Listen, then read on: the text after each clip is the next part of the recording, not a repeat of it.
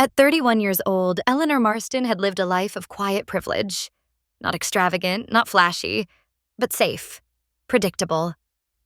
And always in the shadow of one man, her father, Victor Marston. Victor was known for his iron will, his sprawling empire of commercial real estate, and his almost legendary distance as a parent.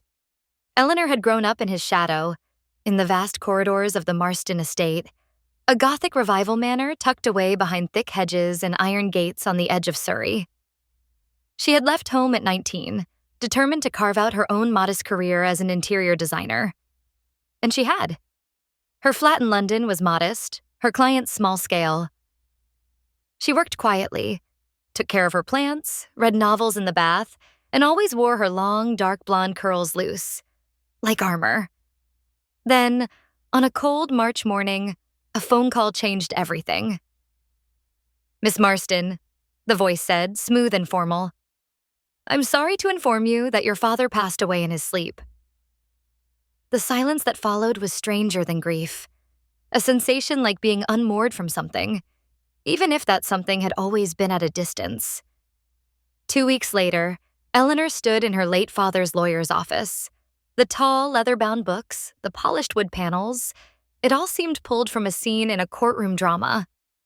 Mrs. Delacroix, his longtime solicitor, folded her hands on the mahogany desk. "Your father has left the entirety of his estate to you, Miss Marston. The property, the accounts, the investment holdings, the vehicles." Eleanor blinked. "All of it?" Mrs. Delacroix nodded. "But there is one condition." A pause. "You must complete one public and charitable act of significance as recognized by a registered charitable organization within 1 calendar year of his passing. If not, the estate will transfer to the Marston Foundation." Eleanor's eyebrows rose. "You're kidding." "I'm afraid not," said the lawyer, though a flicker of amusement passed her eyes. "Your father felt strongly about action, not sentiment. And what counts as significant? That is left to your interpretation and the charity's validation. They must submit documentation, photos, and confirmation that your act was real, public, and impactful." Eleanor stood there, stunned. "So I have to do something? Not donate money. Actually do something." "Yes." "Publicly." "Yes." She stepped out of the office with a folder full of documents and a mind buzzing with questions. Back in her flat, Eleanor sank into her couch. Her long curls spilled over the cushions. She pulled out her phone and began Googling. Charitable acts, meaningful charity, how to do a public good deed, volunteer abroad. She hated flying. Start a foundation, too much red tape, run a marathon. She hadn't jogged since secondary school. She made lists on yellow Post-it notes. Food bank volunteering, tree planting, organ donor, teach art in prison. Nothing stuck. "I don't want to fake it," she muttered aloud. The estate meant security, financial freedom. But now it was held hostage by a mystery task, a challenge she couldn't define. Days passed, then a week. She told her friend Samira over brunch. They'd met at design school and kept a deep, teasing friendship ever since. "You should do something dramatic," Samira said between sips of green tea. "People love a spectacle." "I don't want to put on a show," Eleanor frowned. "I want it to mean something." Samira leaned closer, eyebrows raised. "You could shave your head?" Eleanor stared. "What?" Samira grinned. "You know, like those charity head shaves, cancer research, children's hospitals. People raise tons of money, post the videos, get the whole crowd cheering." Eleanor laughed awkwardly. "Yeah, right. Me? Bald?" But Samira just shrugged. "I had a colleague who did it. Said it was the most powerful moment of her life, like shedding everything she thought she had to be." That night, Eleanor couldn't sleep. She found herself scrolling social media, falling deeper into a rabbit hole of Headshave videos. Women of all ages, young, old, beautiful, uncertain, sitting in folding chairs caped in glossy green or black barber capes, smiling nervously, sometimes crying. Then the buzz of clippers, hair falling like feathers, faces emerging transformed. She found herself holding a lock of her hair, imagining its absence. What would that even feel like? Over the following days, Eleanor's imagination took over. She dreamed of sitting in a chair, her long curls tumbling to the floor. She imagined the cape, plastic, green, heavy, snapping around her neck like a symbol of surrender. She imagined the moment the clippers touched her scalp, the sound, the vibration, the heat, the eyes on her. Would it be humiliating or empowering? She wasn't sure. One day she caught sight of herself in the mirror. Her hair was brushed, shiny and full. She reached up, parted it in the middle, and tried to imagine her head completely bare. A shiver ran through her. Was this really something she might do? A week later, Eleanor emailed a national cancer charity. She simply wrote, "Hello, I'm interested in doing a public head shave for charity. I have long hair and want it documented for your campaign. Do you accept walk-ins? Best, Eleanor Marston." She received a reply within hours. "Dear Eleanor, thank you for your bravery and generosity. We host scheduled head shave events weekly and also welcome private sessions at our office salon. A licensed stylist will be present, and we provide filming and cape equipment. You are welcome to keep or donate your hair. Please let us know when you'd like to come. Warmly, Clara from Charities Unite." The butterflies became a swarm. She booked for Friday. Friday came fast. Eleanor dressed slowly that morning, jeans, a simple white blouse, and her curls freshly washed and air-dried. She didn't tie them up. She wanted to feel them, maybe one last time. As she arrived at the charity's London office, she almost turned back. But before she could, Clara greeted her at the door with a warm smile. "You must be Eleanor." "Yes," she breathed. "You're all set up. Come this way." The small salon space was clean and well lit, with a large mirror, a camera set up on a tripod, and a rolling cart of tools. On the wall hung photos of smiling, bald participants, men and women alike. The stylist was already waiting. A woman in her 40s, calm and confident. "I'm Maya," she said, shaking Eleanor's hand. "Ready to be brave?" Eleanor laughed nervously.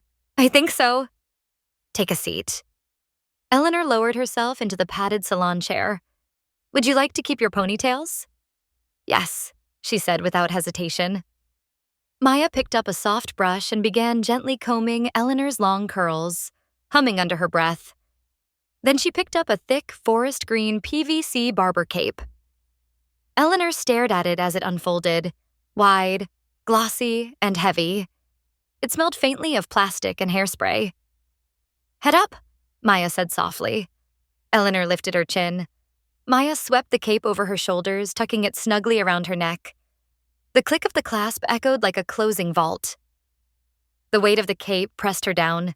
She felt it cling to her arms, her chest, her lap. She was sealed inside it. She couldn't move. And she didn't want to. Maya sectioned Eleanor's hair quickly, tying it into 4 thick ponytails, 2 in front, 2 in back. The strands were silky, golden ash in the sunlight.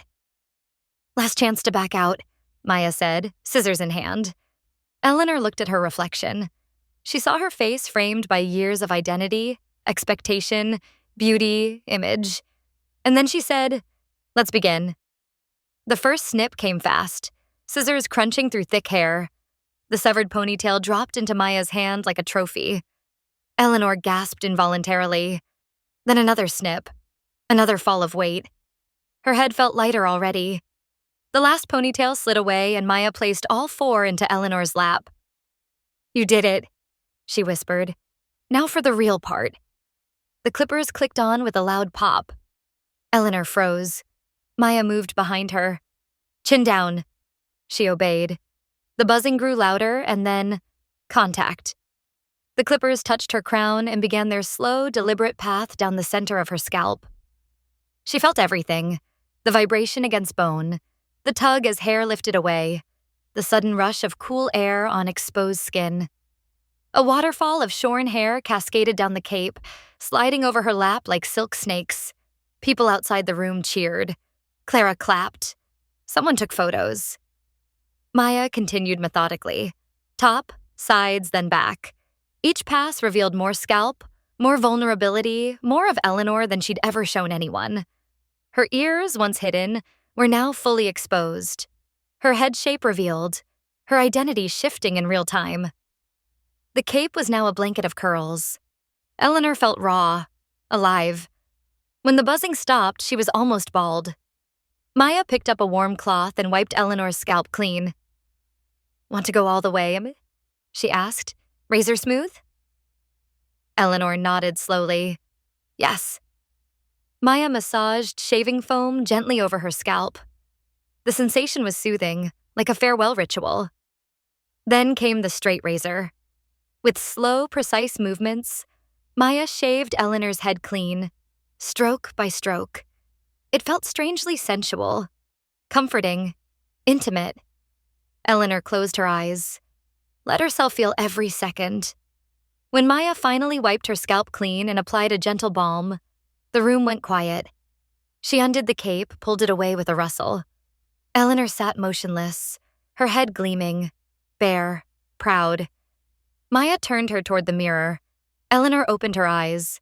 Her reflection stunned her. A bald woman looked back, elegant, fierce, radiant. The symmetry of her face was striking. Her blue eyes looked enormous. Her cheekbones caught the light. Her jawline defined. She looked like herself, but free. She reached up and touched her scalp. Smooth, cool, alien. Hers. The ponytails rested beside her, silent relics of who she used to be. "You're beautiful," Maya said gently. Eleanor smiled, tears welling up. "I feel powerful." Clara stepped forward, holding up a certificate and photo release. "This will do very well for your inheritance documentation." Eleanor laughed, wiping a tear. "Honestly, that's the bonus now." 3 weeks later, Eleanor stepped through the iron gates of the Marston estate. The house was hers. The fortune. The land. She wandered through the halls with a buzz of satisfaction in her chest. Not from money, but from the new voice inside her. She'd done something real. Visible. Vulnerable. And she wasn't hiding anymore. A year later, Eleanor still wore her hair shaved. She had started a nonprofit to help women reinvent their lives. Emotionally, physically, symbolically. Sometimes that meant a scholarship. Sometimes a job placement. Sometimes a green PVC cape and a fresh start. Because Eleanor had learned that when you strip away the surface, sometimes the truest version of yourself is what's left behind.